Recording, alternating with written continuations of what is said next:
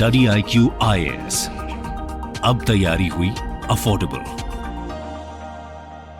Welcome to StudyIQ's initiative, the podcast.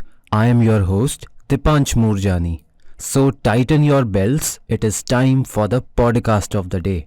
In the last episode, we discussed about fundamental rights. Our new listeners, for taking their preparation journey to another level, can listen to our previous episodes. In the coming episodes, we will discuss some issues related to fundamental rights. Reservation becomes an important issue because some opinions say that reservation is against fundamental rights. Some opinions say that reservation is a protector of fundamental rights. In today's episode, with the guidance of Sir, we will try to clear all our doubts. So, first things first, Sir, can you share some information which can help us understand how reservation started in India? What was its timeline and what happened once India became independent? To make you understand, I would like to divide the timeline into two phases. First is pre-independence era and second is post-independence era. In pre-independence era, in the year 1902, Shahu Maharaj introduced reservation for the non-Brahmins or backward classes in education in the princely state of Kolhapur. In the year 1921, the Mysore initiates reservation for backward caste after a decade-long social justice movement against the repression of non-Brahmin castes. In 1932, communal award by British government grants separate electorates in India for Muslims, Buddhist, Sikh, Christian, Anglo-Indians, European and depressed class. Later, Pune Pact between Gandhiji and Dr. B.R. Ambedkar reserved seats for depressed castes within Hindu electorates. In the year 1942, Viceroy's Executive Council recommended for 8.5% reservation for scheduled caste in civil services. Now, we will look at post-independence era. In the year 1951, the first amendment in Constitution was to legalize caste-based reservation.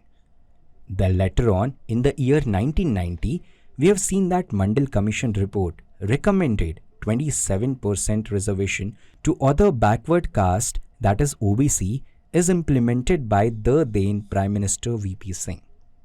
In the year 1992, Supreme Court orders 50% cap on caste-based reservations and also struck down Narasimha Rao government's move to reserve 10% government jobs for poor among upper castes.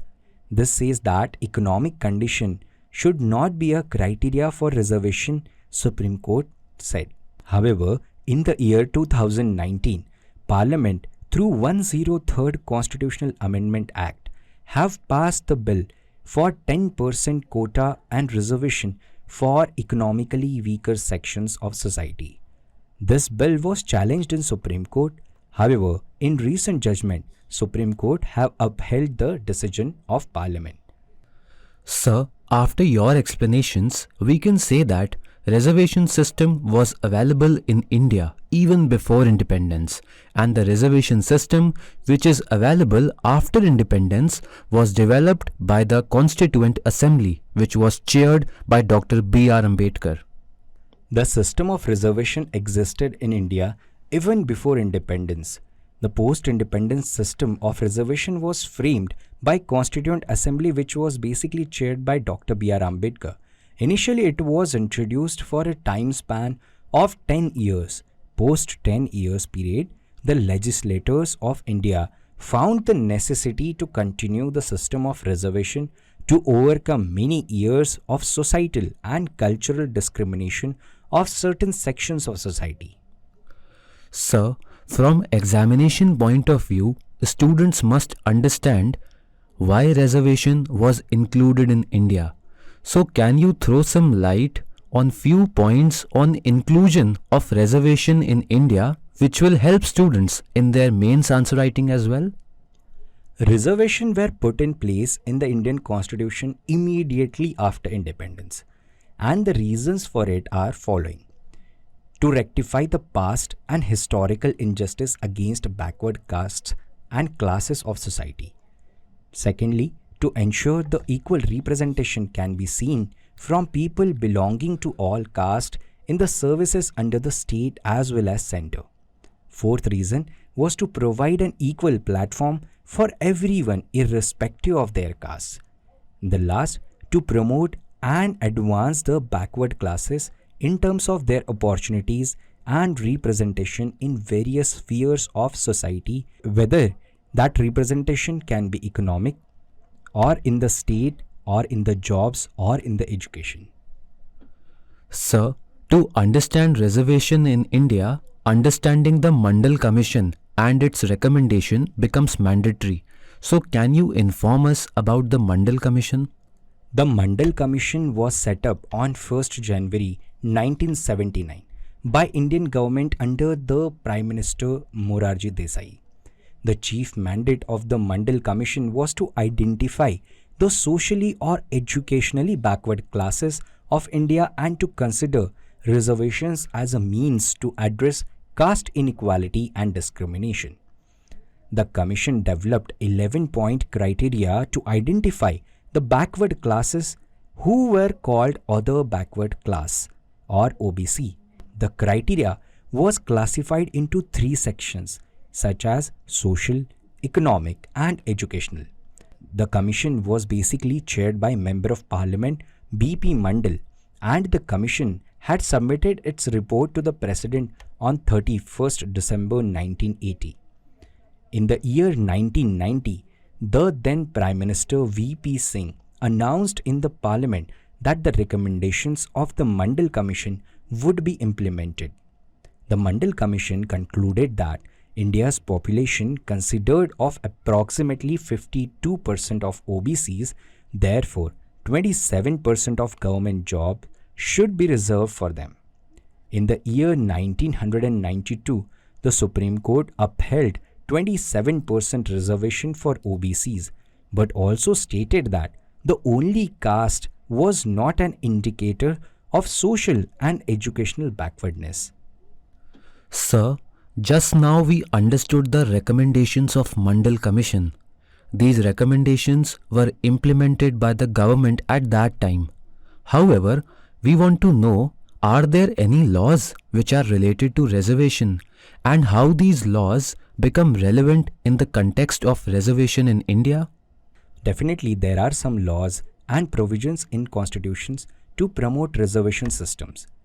First, Article 15 subsection 4 was implemented by First Constitutional Amendment Act 1951, which provides the special provision for advancement of backward classes. Under Article 15 subsection 5, it was implemented by 93rd Constitutional Amendment Act 2006, which provides the provision of reservation for backward classes SC and ST in private educational institutions. In similar manner, Article 45 under Directive Principle of State Policy, state have a duty to raise the standard of living and health of backward classes. And under Article 39A, also a Directive Principle of State Policy, state have to ensure justice and free legal aid to economically backward classes. Sir, reservation has been one such topic where few people support reservation and few people oppose reservation. However, there is one common aspect which we observe. Over the years, demand for reservation is continuously increasing. So we are inquisitive to understand why this demand is increasing. We have to understand the reasons behind why there were more demands of reservation in recent times. First reason is agricultural crisis. For this, we need to understand that there is a stagnant growth of agricultural sector in Indian economy. Though the largest workforce works in agricultural sector, its stagnant growth ranges between 3.5% to 3.9% is ringing the bell for the communities who are agrarian communities. The Jats in Haryana, Patels in Gujarat, Kapus in Andhra Pradesh believe that reservation provide a solution to the rural distress faced by them, especially the crisis in agricultural sector. The second reason for such demands is because of unemployment. The unemployment rate in India is growing above 7%. In recent times, though we have seen that the unemployment rate in urban areas is slightly decreasing, however, the rural unemployment rate is increasing from 6.5 to 7.5%. This has gained more traction for the demand of reservation. The next important reason for these kind of demands is to maintain the privilege tag. Imagine the historical times where muscle power, a title such as zamindars or moneylenders, etc., were very prominent and having a privilege in the society.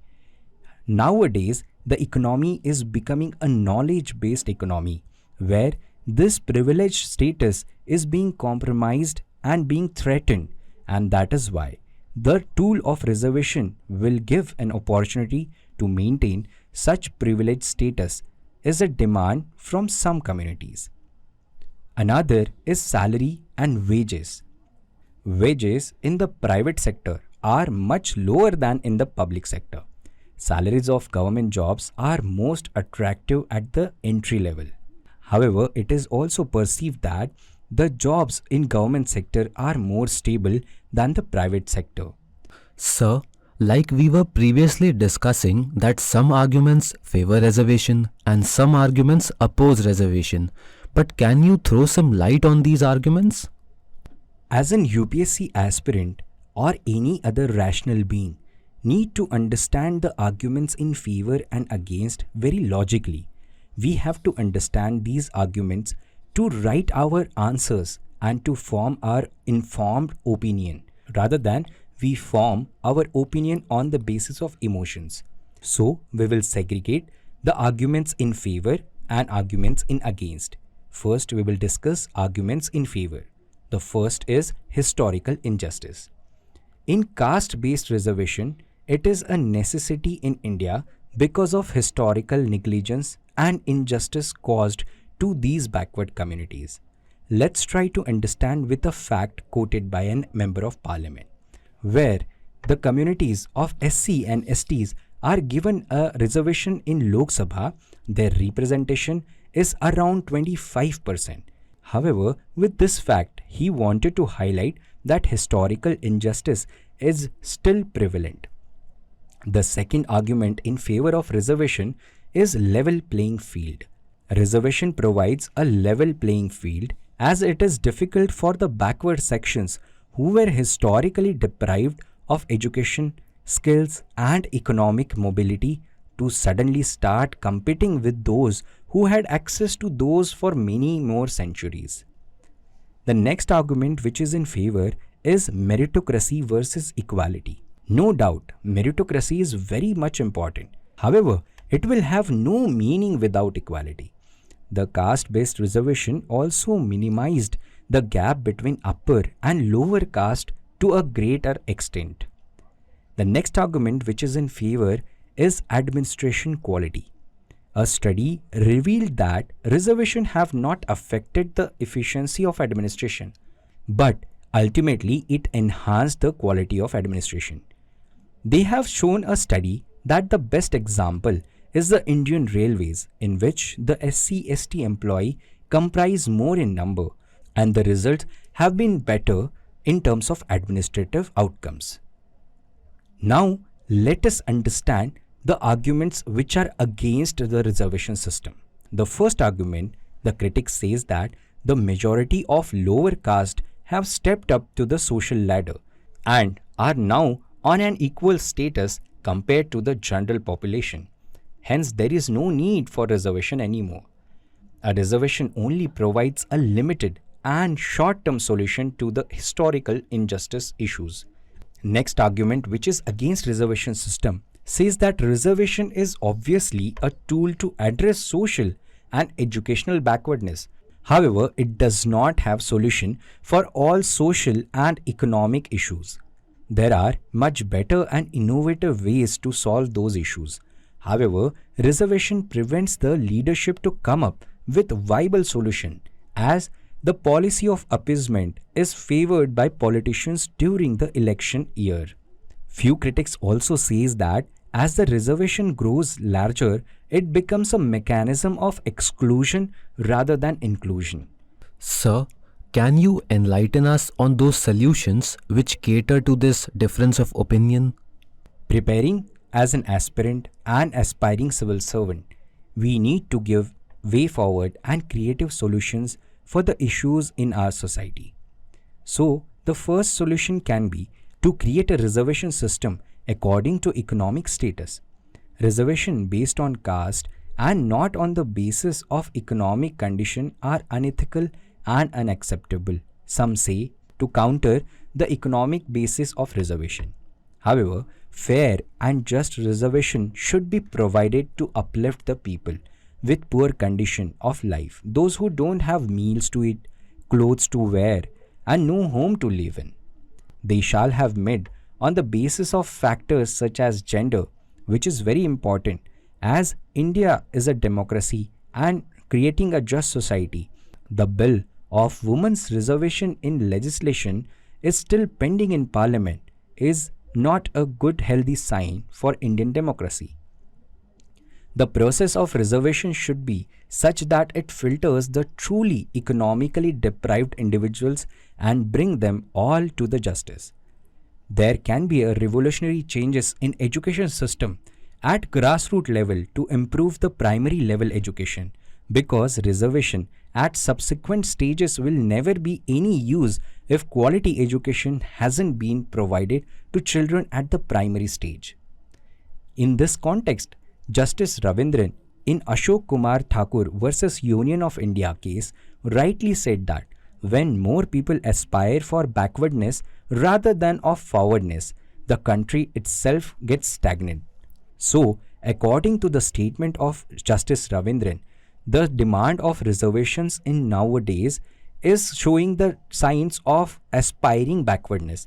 Rather, as a one nation and brotherhood, we need to understand that to take our society and uplift our society, we need to have elements of reservation in our society. However, reservation should parallelly get evolved into these times of India.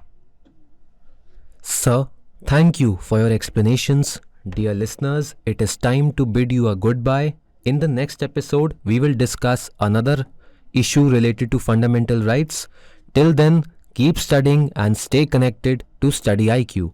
You can listen to StudyIQ Presents the podcast on various audio streaming platforms such as Kuku FM, Spotify, Hubhopper, Apple Podcast, Google Podcast, etc. Links are being pinned in the comment section below. Thank you.